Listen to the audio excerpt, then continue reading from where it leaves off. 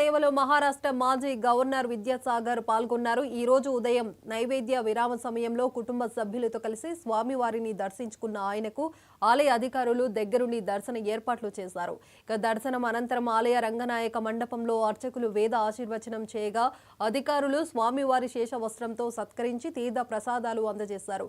ఈ సందర్భంగా ఆయన ఆలయం వెలుపల మీడియాతో మాట్లాడుతూ తిరుమల శ్రీవారిని దర్శించుకోవడం ఒక తెలియని అనుభూతినిస్తుందని, ముఖ్యంగా యువత అంతా కూడా స్వామి సేవలో పాల్గొని చైతన్యవంతులు కావాలని ఆయన ఆకాంక్షించారు. బస్సులో వస్తే బహుశా మీ అందరికీ జ్ఞాపకం ఉండదు, మీరు వచ్చి ఉండరు. 50-60 సంవత్సరాల క్రితం ఆ బస్సులో ఇక్కడికి వచ్చి పోతుంటే అందరికి వాంతులు అయ్యేది, చాలా కష్టపడేది. అంతేకాకుండా అప్పుడు సర్వదర్శనాని కోసం నానా ఇబ్బందులు పడేది.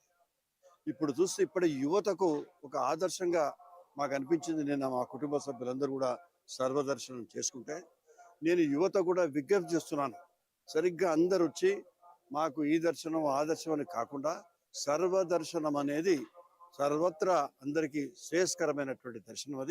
అది చేయాలి. ఒక 2 రోజులు కాదు, 3 రోజులు కాదు, ఇక్కడ ఉండి చాలా ఆధ్యాత్మికమైనటువంటి భావనలు వచ్చేటువంటి అవకాశం ఉంటుంది. మాకు నిన్నటి నుంచి చాలా ఆనందమైంది. ఇది మా చరిత్రలో మేము మర్చిపోం. 60 సంవత్సరాలది మళ్ళీ ఒకసారి జ్ఞాపకం చేసుకుంటే ఎంత అభివృద్ధి చెందింది ఇక్కడ స్వామి దేవాలయంతో పాటు ఇక్కడ ఉన్నటువంటి సిబ్బంది వాళ్ళ యొక్క క్రమశిక్షణ చాలా అత్యద్భుతంగా ఉన్నదనేటువంటి భావన మాకు కలిగింది. వారందరూ కూడా మా కుటుంబ సభ్యులందరం కలిసి మా హృదయపూర్వకమైనటువంటి ధన్యవాదాలు తెలియజేస్తున్నాం.